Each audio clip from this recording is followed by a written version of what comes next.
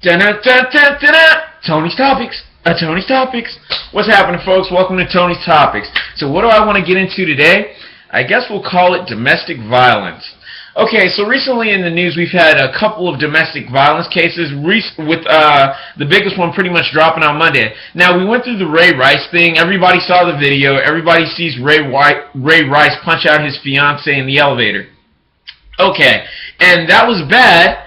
And especially shocking when we see that she's still walking beside him. And then they get married. So case in point, that was his fiancée. She hadn't actually locked vows with this guy yet.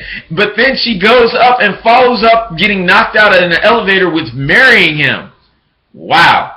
And now today we see the Stephanie, what's the name, Earl Hayes and Stephanie Moseley case. And so everybody's everybody's really shocked and caught about this. You know, this guy says that his wife was cheating on him and basically tells Floyd Mayweather on the phone, hey, I'm going to go up and I'm going to kill her. And, or was it Floyd Mayweather? I believe it was Floyd Mayweather. Yes, it was Floyd Mayweather. And so they're FaceTiming or whatever from what reports I saw. But the bottom line is this. Number one, let's just go through this. Ladies, if there are any indicators whatsoever that he is violent, gentlemen, if there are indicators that she might be nuts, you need to distance yourself from this person. People like drama in their lives, and that's fine because drama makes things interesting. But at the same time, you've got to be able to keep stuff under control. It's the same reason why it's bad to date at your workplace, okay? Because a lot of times, that person won't want to be able to separate the line between what is a personal issue versus what is a workplace issue. And so what they're going to do is they're going to try and take the drama from your personal issues and put them in your workplace and try and stop you from doing your job effectively and stop you from making your money. So it's, you want to deal with someone who, a certain amount of drama is fine. It keeps things spicy. But you want to deal with someone who's not going to go overboard. So all I'm saying is, if you see any indicators at all, or even if they just do an act, the second he hits her, the relationship is over.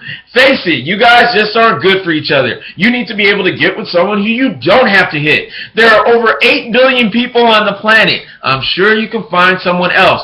No money is worth it. If you haven't noticed from this case alone, being wealthy and being famous doesn't mean anything. Alright, money is nice. You can go to Walmart and get more stuff.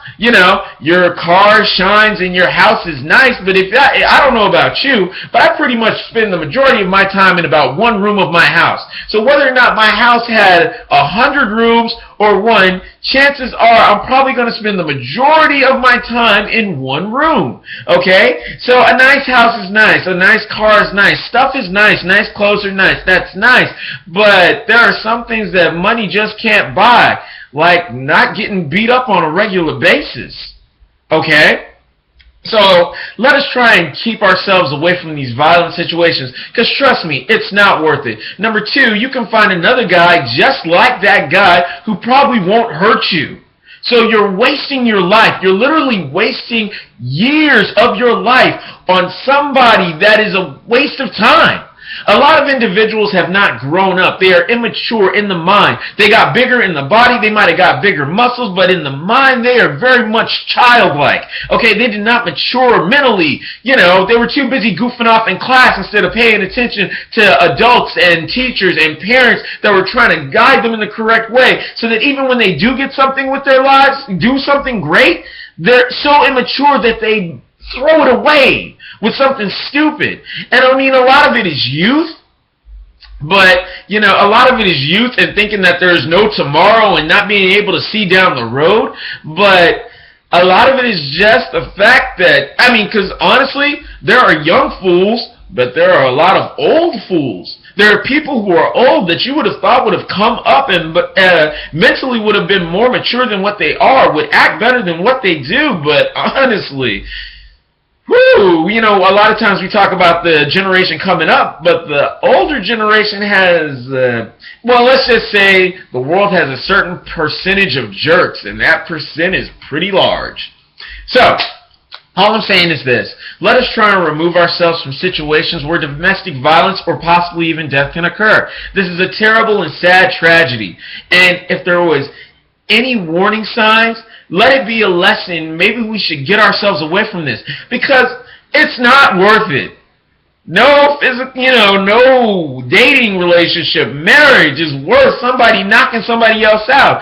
If you think that person might kill you, then you need to get away from them. You need to, we live in a country where anyone can buy a gun to protect themselves, buy mace, it doesn't have to come to a gun, buy some mace, get a new phone, get a new area code, get a new address.